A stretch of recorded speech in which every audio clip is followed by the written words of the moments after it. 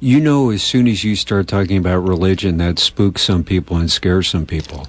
Mark, it spooks me. This is a very new place I find myself in. And the symposium is extremely pluralistic. We have mainstream Protestant religions represented. We have a sister, a Roman Catholic sister from Florida coming up to speak. We have a Buddhist. We have a couple of people from the Muslim faith. We have a rabbi from Manchester Center who's been involved in teaching children in Israel and Palestine, both about peace and about climate. Mm-hmm. So we have a very we have a woman from Northern Cheyenne tribe coming to speak. So it's very pluralistic. We have a shaman from Goddard College coming down. So this isn't about my faith or your faith. It's about faith, anybody's faith, however you want to define that. But the fascinating thing has been is that there seems to be this underlying current to all faiths about social justice and about children. So this is a conference that speaks about faith, but it's not speaking about my faith versus your faith. Mm-hmm. Okay. If you have any comments or questions for Jeff Wolfe, you can join us at 244-1777 is our local number, toll-free 877-291-8255. So what do you want to have the speakers actually talk about? So what we've done is we've created a narrative through the 2 days where there are 4 different sessions, 2 on Friday and 2 on Saturday. Each session has 3 to 4 speakers in it who each give a 15-minute talk. We have music after each talk because we think it's important to communicate in multiple ways. And then after the individual talks, we have a panel discussion with those 3 or 4 folks together so that we can be interactive with them and really discuss the issues at hand. And what we're doing is the first session is sort of a whole story. How did somebody come to a point of understanding their role of faith, their role of faith and climate, their role of faith and social justice and children in the world? Sort of their whole wrapped together story as an introduction. Second session is about the role of social justice and faith. And again, we have a broad pluralistic group of speakers speaking to that. Third session is about hope and despair. And what's interesting is when I talk to folks about the symposium, first they're startled with the connection between climate disruption and social justice. After we start talking about it, it's intriguing and they often get it. But then many people quickly move from that to, okay, but I'm in despair. I don't have hope that we can get there. So we're going to talk about that and talk about the gifts that we've been given by whatever it is you believe in, the gifts that are evident in our daily lives, and how that can help to move us forward. Then the fourth session is kind of wrapping it all together and talking about what can we do? Where do we go? So the 2 days are created to help move thought through a progression, through a narrative, through a story. We have group exercises at the end of the first day and a group exercise at the end of the second day.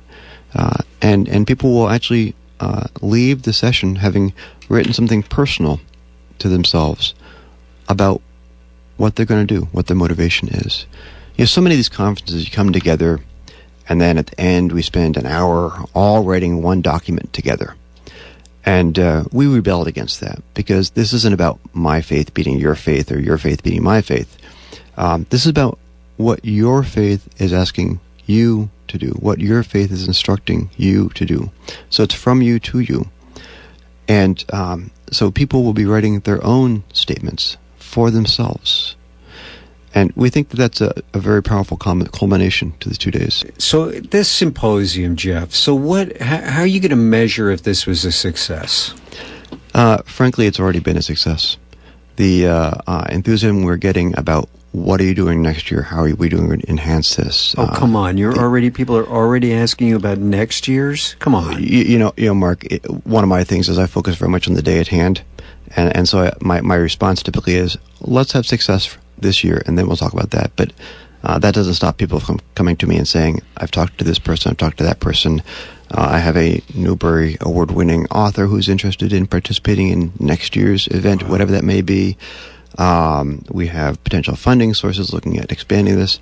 So what we're looking to do is have a very successful symposium in terms of content on Friday and Saturday next week in Strafford, and then figure out what the next steps are. We're videotaping the symposium. We have interest in, believe it or not, we have interest in producing a mini TV series to be distributed in Africa already. Wow. So the symposium's been successful in that we've created this conversation. It's a new conversation, and people are picking up on it wildly. So that's what makes this exciting, and I think people should come to be part of this, because there are others who are saying, this will be the symposium that people look back on and say, it started in Strafford. Wow. All right. Tell people again the website. www.faithclimateconference.org. All right. Here's my last question. So this issue of despair, I think a lot of people feel that sort of hopelessness of what's the point? Why should I even cut back on my usage? It's not going to matter. They just built another coal-fired plant in China. So how should we deal with that despair question? Faith, Mark. Faith. Whatever tradition you come out of, faith is what gives us hope in the world. The world without any faith, without any spark inside, I think is a different place. And when you look around and you see the beautiful state we live in, the beautiful green hills, the beautiful streams, the reason I live here, to view and to be in this beauty, that gives me hope. How can this be here? How can we not protect and preserve it? When I visit my grandchild, how can I not work? How can I not have hope for his future? It's the indomitable human spirit, which I think for many people is backed up by an internal faith, however defined. I respect that, but if you're sitting in traffic in the middle of Beijing and you can't even see the car that's 20 cars up from you, that's a different view than what you're looking at in Strafford, Vermont. It sure is, and China is building solar faster than anyone else on the planet now. That wasn't true 3 years ago. It is true now. China is building solar faster than anybody else. They're building wind faster than anybody else. China is in the midst of putting a tax or a fee on carbon right now. China is moving forward very quickly. China will, if the U.S. does not start to do some action, China will outstrip us, and they'll do it, and they'll make money. They'll make the money we could make on solar and wind and carbon emission reduction and everything else that we need to do, that we all need to do. Our problem isn't China. Mm-hmm. Our problem is us. Wow. All right, I have another question. One of the other things that I wrestle with on this issue and some others too, including things like fish depletion, is this whole question of the commons and how you get people to be motivated to clean up something that's not right there in front of them. Huge, difficult question. Wendell Berry, I think, said it best. When we need to learn how to value a thing for the thing it is, not for the thing it could be. We also need to have a more holistic understanding of our effects on the world. When I said earlier that the coal-burning power plants, the fossil-burning power plants, dump their trash into the air, if it was garbage bags, they would not be allowed to do that because we'd see them along the side of the road. But because it's invisible, we don't see it, and so it's not present. We need to change our viewpoints. We need to come to an understanding, a more holistic understanding, that we have effects. And that's okay, but we need to understand what those effects are and choose what we're willing to have happen. But what's the motivation for people to say use less energy or to use less dirty energy?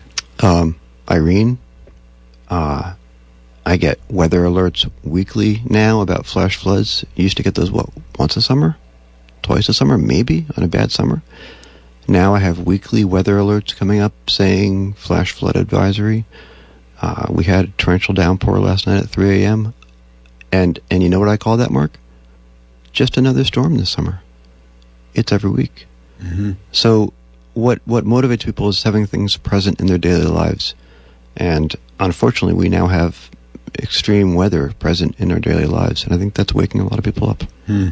Thank you for coming down here today. It was great to talk to you in person, and good luck. I mean, this is really important stuff. Thanks very much, Mark. Thanks for having me.